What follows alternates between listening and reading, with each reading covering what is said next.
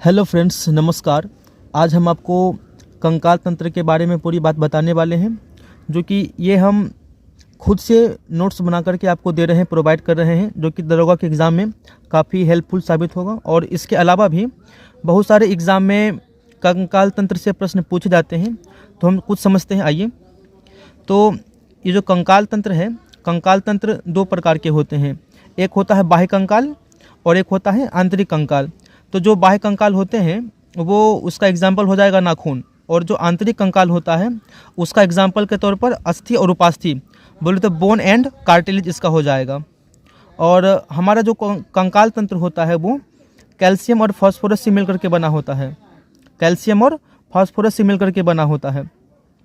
तो हमारे हड्डियों में, यानी कि हमारे बोन में एक सेल्स होता है और उसको बोलते हैं ऑस्टियोब्लास्ट।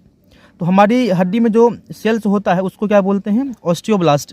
और हमारा जो हड्डी होता है वो दो प्रकार के प्रोटीन से मिलकर के बना होता है। एक होता है ओसिन प्रोटीन और एक होता है कोलाजन प्रोटीन। और बोन का जो अध्ययन है वो ऑस्टियोलॉजी कहलाता है। बोन का अध्ययन क्या कहलाएगा? ऑस्टियोलॉजी।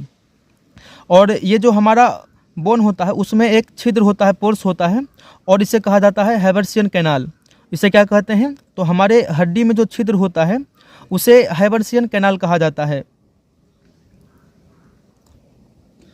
हमारा जो बोन है, अगर हम उसको 100% मानते हैं तो उसमें कुछ द्रव का भाग भी होता है और कुछ ठोस का भाग भी होता है। यानी कि इसमें 25% द्रव है और बचा हुआ शेष 75% जो है ठोस होता है। और इसमें जो द्रव है उसमें पानी और अस्थि मज्जा, बोले तो बोन मैरो आ जाता है। और इस जो 75% ठोस पदार्थ है उसमें क्या आ जाएगा?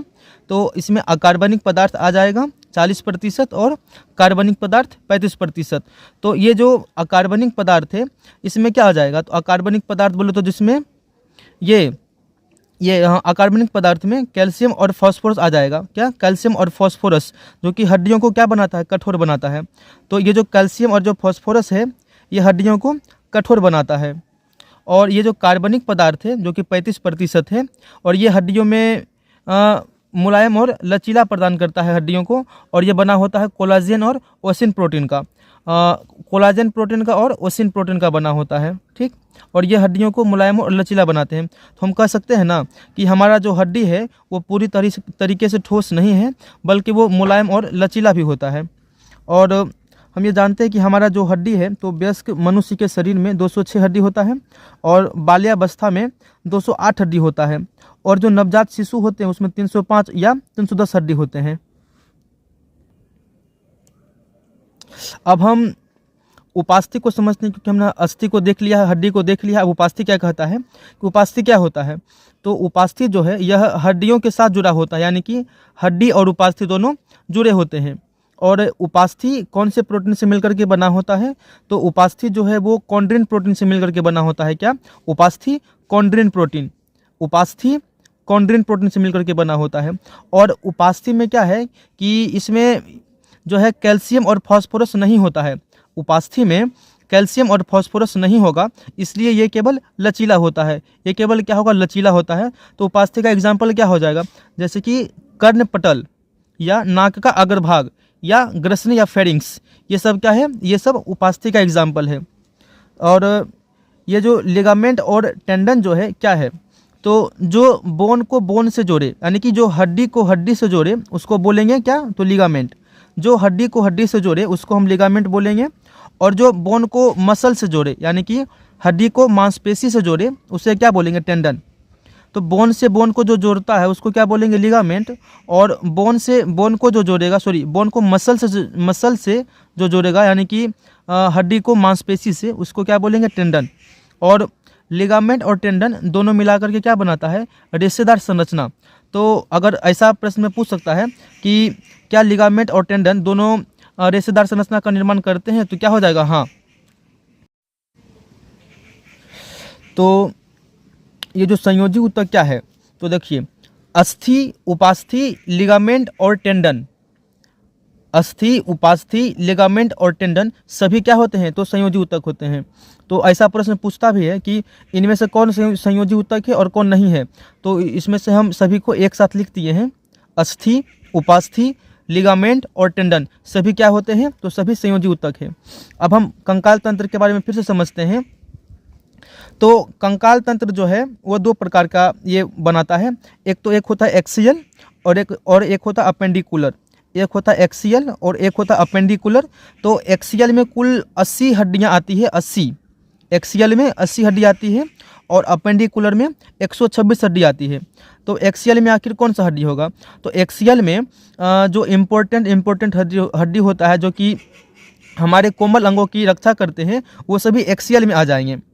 एग्जाम्पल के तौर पर खोपड़ी में 29 हड्डी होता है, बैकबोन में 26 हड्डी होता है, रिब्स यानी कि जो पसली होता है वो 24 को होता है, और जो एक अस्टर्नम होता है वो 1 होता है। हम इसके बारे में आगे जानकारी लेंगे। और एक जो अपेंडिकुलर होता है इसमें टोटल 126 हड्डी होती है। टोटल कितना, 126 हड्डी होता है। और इसमें से हाथ, पैर, अंश मेखला और श्रोणि मेखला शामिल है। इसमें शामिल क्या है, तो हाथ पैर की हड्डी, अंश मेखला और श्रोणि मेखला इसमें शामिल है।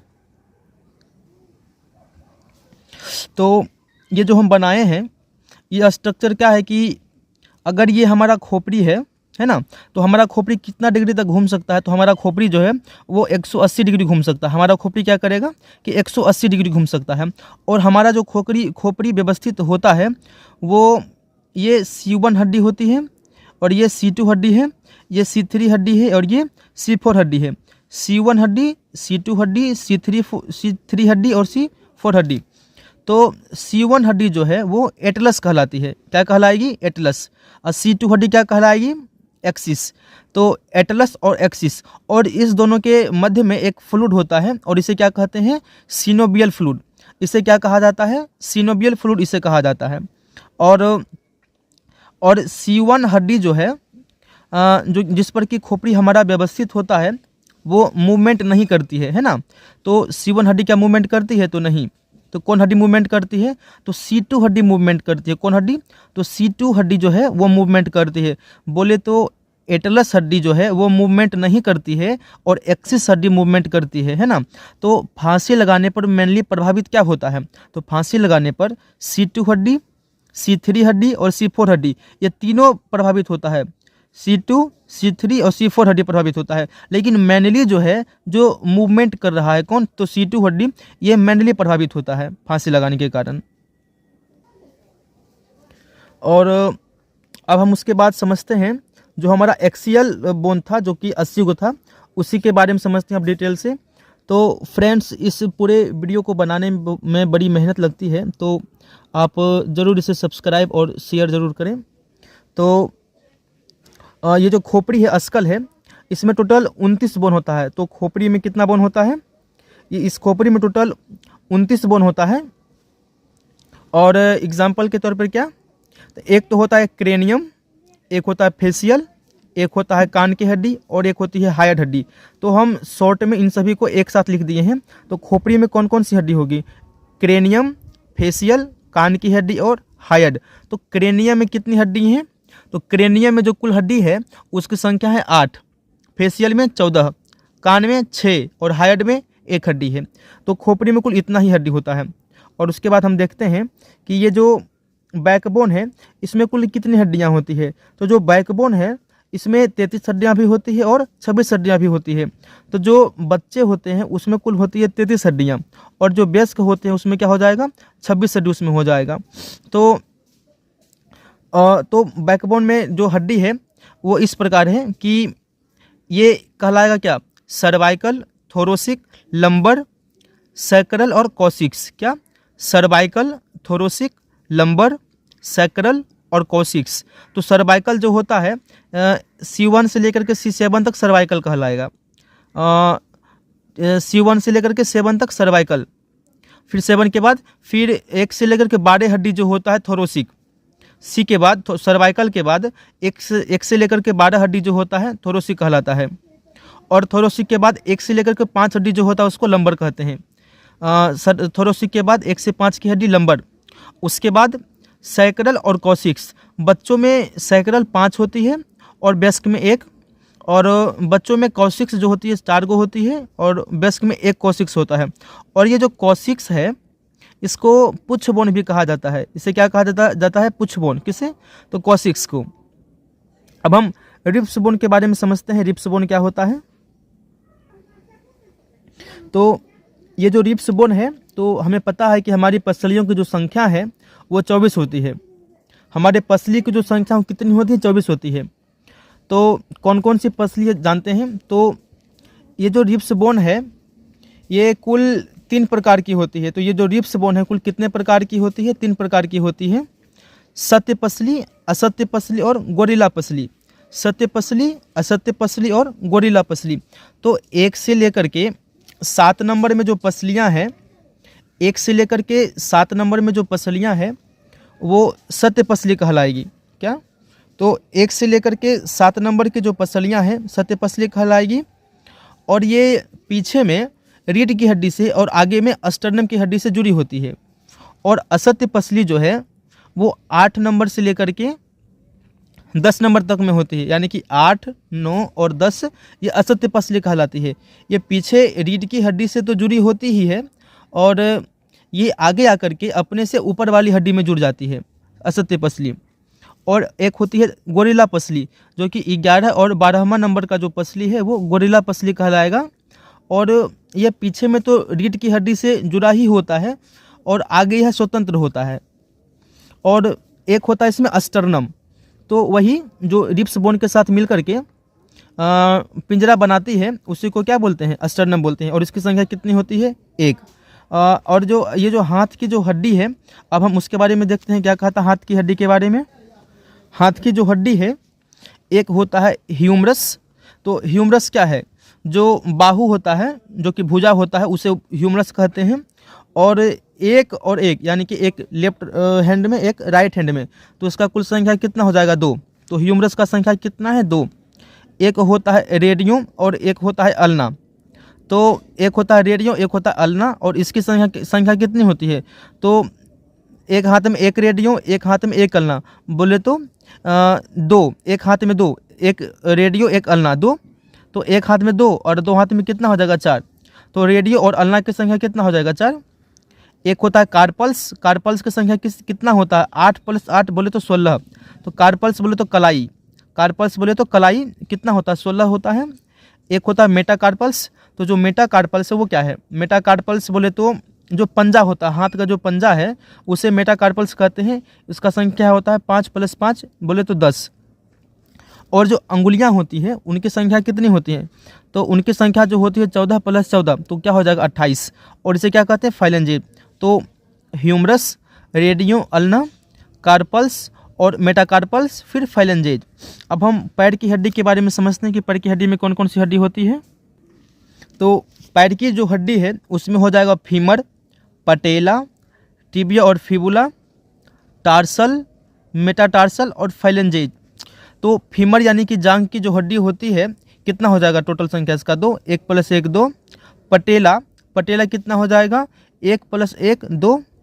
टिबिया और फिबुला, तो जो टिबिया हड्डी है वो मोटी होती है और इसे दाता कहते हैं। और जो फिबुला होती है वो पतली होती है और इसे ग्राही कहते हैं। तो टिबिया और फिबुला दोनों मिलाकर के कितना हो जाएगा? दोनों मिलाकर के हो जाएगा 4 गुण। जिस प्रकार से हाथ में रेडियो और अल्ना तो उसका संख्या कितना था? 4 था। उसी प्रकार से पैर में टिबिया और फिबुला होता है और उसकी संख्या भी कितना हो जाएगा? 4। एक होता है टार्सल और इसकी संख्या कितना है? 7 + 7 = 14। उसके बाद फिर होता है मेटाटार्सल्स और ये 5 + 5 बोले तो 10। मेटाटार्सल क्या है? तो ये पंजा है, पैर का पंजा। और फाइलेंजेज बोले तो उंगली, और यह भी 14 + 14 28 होता है। तो ये तो हो गया पैर की हड्डी में कौन कौन सा है? फीमर, पटेला, टिबिया, फिबुला, टार्सल, मेटाटार्सल और फाइलेंजेज। अब हम अंश मेखला के बारे में समझते हैं। अंश मेखला और श्रोणी मेखला क्या होता है। तो ये जो अंश मेखला है और ये जो श्रोणी मेखला है क्या है? तो अंश मेखला हाथ में होता है और श्रोणी मेखला जो होता है वो पैर में होता है, जांघ के पास होता है। तो कमर की हड्डी इसको हम बोल सकते हैं। तो अंश मेखला को क्या बोलेंगे? पेक्टोरल ग्रिडल। और श्रोणी मेखला को क्या बोलेंगे? प्लेबिक ग्रिडल। तो अंश मेखला में 2 हड्डियां आती है, एक तो आता है क्लेविकल और एक आता है स्कैपुला। एक आता है क्लेविकल और एक आता है स्कैपुला। तो क्लेविकल को क्या बोला जाता है? इसको बोला जाता है कॉलर बोन। इसको क्या बोला जाता है? कॉलर बोन बोला जाता है। बोले तो हंसुली हड्डी। क्लेविकल को क्या बोलते हैं, कॉलर बोन या बोले तो हौसली हड्डी, और इसकी संख्या कितनी होती है, 1 + 1 = 2। और एक होता है स्कैपुला। स्कैपुला, तो स्कैपुला क्या कहता है, ये स्कैपुला जो है इसकी भी संख्या कितना होगा, 1 + 1 बोले तो 2। और ये स्कैपुला क्या है, तो ये क्या करती है कि एक्सियल को अपेंडिकुलर से जोड़ता है। स्कैपुला जो है एक्सियल को अपेंडिकुलर से जोड़ता है। तो क्या, कौन सा एक्सियल, वही जो 80 को था उसको किससे जोड़ रहा है, 126 वाले हड्डी से जोड़ रहा है, यानी कि एक्सियल को अपेंडिकुलर से कौन जोड़ रहा है, तो स्कैपुला। और श्रोणि मेखला जो है इसको बोलते हैं प्लेविक ग्रिडल। और बच्चों में इसकी संख्या जो है 6 होती है और वयस्क में इसकी संख्या होती है 2। तो 6 कैसे होती है, तो 3 + 3 करके 6 होती है। 3 को लेफ्ट साइड होता है, 3 को राइट साइड होता है, तो टोटल हो जाएगा 6 गो। तो कौन कौन सा, तो इलियम, इसियम और प्यूबिस। इलियम, इसियम और प्यूबिस ये बच्चों में होता है। इलियम, इसियम और प्यूबिस जो है ये बच्चों में होता है और इसकी संख्या है 3 + 3 बोले तो 6 गो। और एक वयस्क जो है, तो वयस्क में तो 1 + 1 = 2 गो ही होता है श्रोणि मेखला। और इसका जो एगो है इसका नाम पड़ेगा एसिटाबुलम, और इसका क्या नाम पड़ेगा, एसिटाबुलम। इसका क्या नाम पड़ेगा, एसिटाबुलम। तो अब हम बोन जॉइंट को देखते हैं, ये कितने प्रकार का होता है बोन जॉइंट। तो ये 3 प्रकार का होता है बोन जॉइंट। तो एक तो होता है चल संधि, एक क्या होता है, तो एक होता है इसमें चल संधि, एक जो है इसमें हो जाएगा चल संधि। और हम फिर बात करते हैं दूसरा क्या होता है, तो दूसरा हो जाएगा अचल संधि, और तीसरा क्या हो जाएगा, अपूर्ण संधि। तो ऊपर में क्या था, चल संधि, अचल संधि और अपूर्ण संधि। तो देखते हैं कि ये चल संधि क्या होता है। तो ये जो चल संधि है, और इसे हम पूर्ण संधि भी कहते हैं। तो चल संधि को हम पूर्ण संधि भी कहते हैं। और शरीर में सबसे ज़्यादा संख्या जो होता है चल संधि का ही होता है। तो इसका एग्जाम्पल क्या है, बॉल एंड सॉकेट जॉइंट, यानी कि कंदुक खल्लिका। बॉल एंड सॉकेट जॉइंट बोले तो कंदुक खल्लिका। तो जो हमारा कंधा होता है या जो हमारा कूल्हा होता है उसका जो जोड़ है, तो उसका जोड़ बॉल एंड सॉकेट जॉइंट कहलाएगा। और दूसरा जो जॉइंट है वो कहलाएगा हिंज जॉइंट, बोले तो कब्जेदार जोड़, हिंज जॉइंट। कौन सा, तो चल संधि में हिंज जॉइंट कौन सा है, कहाँ कहाँ पर होगा, तो कोहनी के पास में होगा और हमारे घुटने के पास में। कैसा जॉइंट है, तो हिंज जॉइंट पड़ेगा। और ये जो पाइवोट जॉइंट है, खूंटीदार जोड़ जो है, पाइवोट जॉइंट या खूंटीदार जोड़, ये कहाँ होता है, तो ये हमारे एटलस और एक्सिस के पास खोपड़ी की गति होती है। तो एटलस और एक्सिस के पास खोपड़ी की गति क्या कहलाएगी, यह पाइवोट कहलाती है। तो और एक जो होता है ग्लाइडिंग जॉइंट, यानी कि सर्पिल संधि क्या होती है, तो ग्लाइडिंग जॉइंट बोले तो सर्पिल संधि। तो यह आपस में रोटेट करवाती है। तो ग्लाइडिंग जॉइंट जो है यह हड्डियों को आपस में रोटेट करवाती है। एग्जाम्पल के तौर पर तो रेडियो व अल्ना के पास हड्डी की गति और टिबिया व फिबुला के पास हड्डियों की गति। नेक्स्ट एक होता है सैडल संधि। तो सैडल संधि क्या है, तो अंगूठे की जो संधि है वो सैडल संधि कहलाती है। तो अंगूठे की जो संधि है वो सैडल संधि कहलाती है। नेक्स्ट हम बात करते हैं कि ये जो अचल संधि है, तो खोपड़ी में जो कपाल की संधि है उसे हम अचल संधि बोलते हैं, जिसमें किसी भी प्रकार की मूवमेंट नहीं है, है ना। तो उसको हम क्या बोलेंगे, अचल संधि। तो खोपड़ी में कपाल की जो संधि है वो अचल संधि है। और अपूर्ण संधि क्या होती है, तो श्रोणि मेखला व अंश मेखला के पास जो हड्डी की जो जॉइंट होता है उसे हम क्या बोलते हैं, तो उसे हम अपूर्ण संधि कहते हैं। श्रोणि मेखला व अंश मेखला के पास हड्डी की कौन सी जॉइंट होती है, तो अपूर्ण संधि होती है। तो बस इतना ही। और कंकाल तंत्र में जितना था लगभग टोटल टॉपिक कवर हो गया है, और नहीं लगता इसके बाद कुछ पूछ सकता है एग्ज़ाम में। तो वीडियो तो बन गया है, लेकिन आप इसे सब्सक्राइब ज़रूर करें, ताकि ऐसे ही वीडियो हम आपको प्रोवाइड करवाते रहें। और आपको किस प्रकार की वीडियो चाहिए, किस टॉपिक पर वीडियो चाहिए, आप वो कमेंट में बताइए, हम उस टॉपिक पर वीडियो ज़रूर बना करके आपको अपलोड कर देंगे।